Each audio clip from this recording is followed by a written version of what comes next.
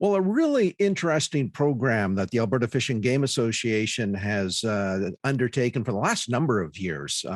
It's kind of cool because it really highlights, in my opinion, the work that hunters and other folks that care about our wild places and wild animals have really put boots on the ground and dollars in the coffers to allow this program to go forward. A real pleasure to have TJ Schwanky join us from the Alberta Fish and Game Association. And TJ, we're talking about the pronghorn or the antelope fencing project. Give us a little bit of background. How did all of this come together? Well, the fancy name for it is the Pronghorn Corridor Enhancement Project, but we just call it antelope fencing to keep it easy. And it all started back in 2009 when the Alberta Fish and Game Association worked together with Department of National Defence on the Suffield base to do 50 kilometers of perimeter fencing there to antelope-friendly standards. And what that involves is, as most people know, antelope are pretty reluctant to jump fences. And for the most part, they don't. So they need to crawl underneath. And when that bottom wire is too low, they can't get underneath. So we've seen problems with pronghorn, trapped on roads with predators running them into corners and things like that. So the idea was to get that bottom wire up to 18 inches to allow easy passage underneath of it. But what they found, even if that bottom wire was barbed wire at 18 inches, there was a lot of hair damage and scraping on their backs and things, which could lead to, death in the wintertime or, long-term injuries to their back.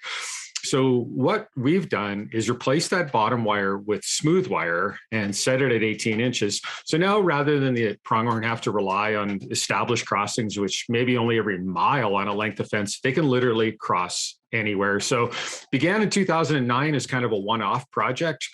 And it just works so well. We decided to expand it and to work with private landowners. We've done some work with the government. We've done some work with conservation groups like the Alberta Conservation Association, Alberta Fish and Game Association on their lands. So since 2010 till now, we've done 3 projects every year.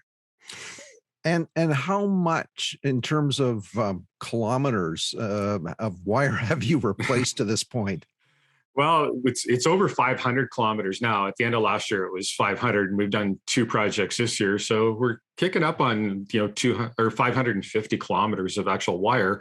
The other thing we've done is we've removed about 25 miles of page wire. There was a lot of page wire along railways in the old days. The 1-4 research station had a lot of page wire on it where they were raising sheep, and that was a total barrier to pronghorn. They just couldn't get through it. So by taking that down and replacing it with pronghorn-friendly fences, we've opened up a lot more range for them to utilize, plus made their migration a lot easier.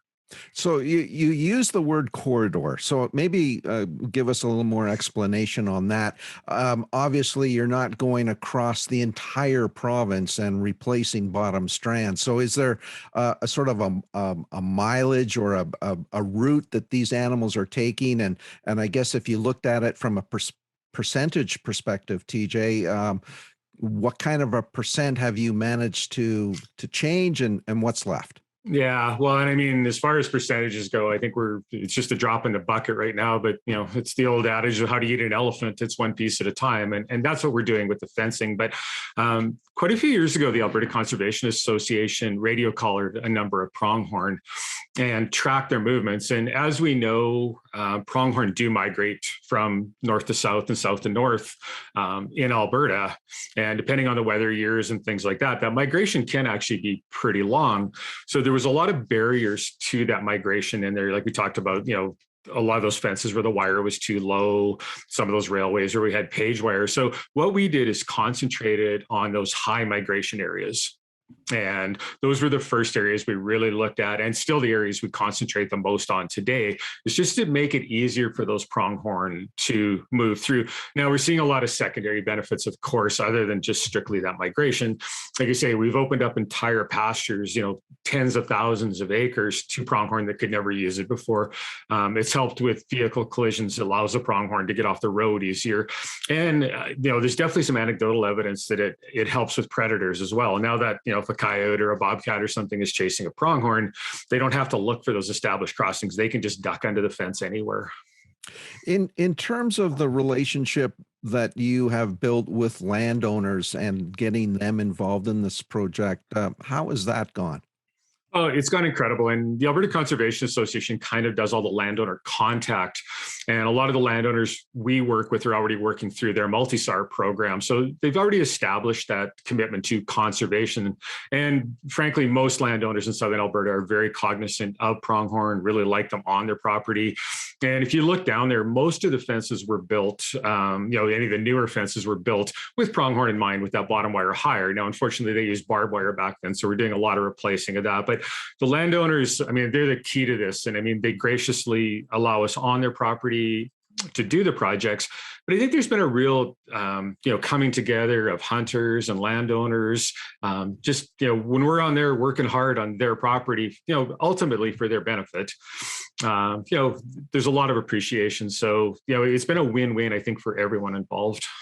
Another really unique element to this project, and that's sort of bringing hunters and non-hunters together. Because Yeah. when you put a work party together, TJ, you're getting people from all different walks of life coming out and just wanting to contribute.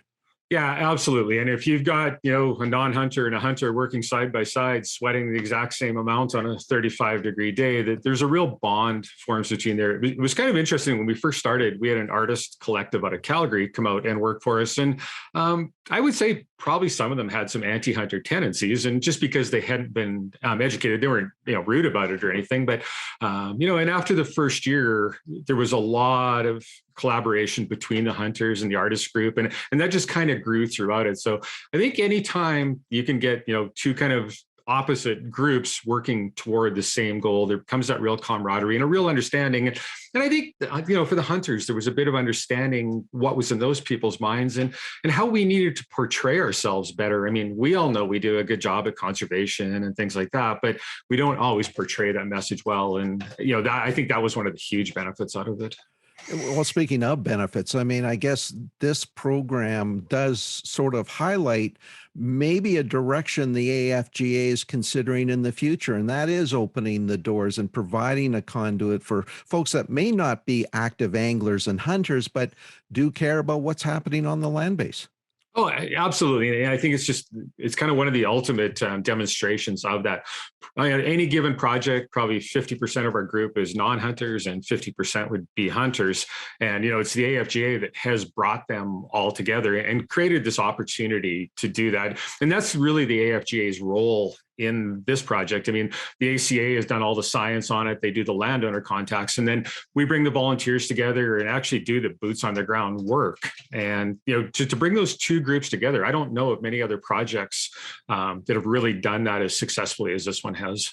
Short term, TJ, where are you folks at this year, and what projects do you have in store? So we've completed 2 of our 3 projects. So we did one near Orion in July. We just completed one a couple of days ago near Writing on Stone Park.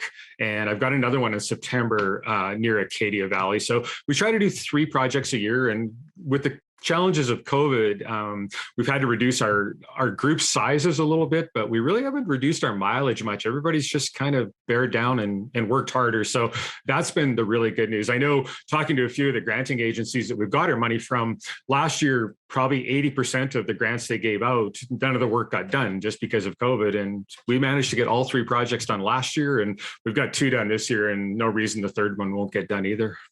Well, a remarkable program involving some remarkable people, yourself included, TJ. Thanks so much for the work you're doing on this, and we certainly look forward to keeping in touch with you as you move this project forward.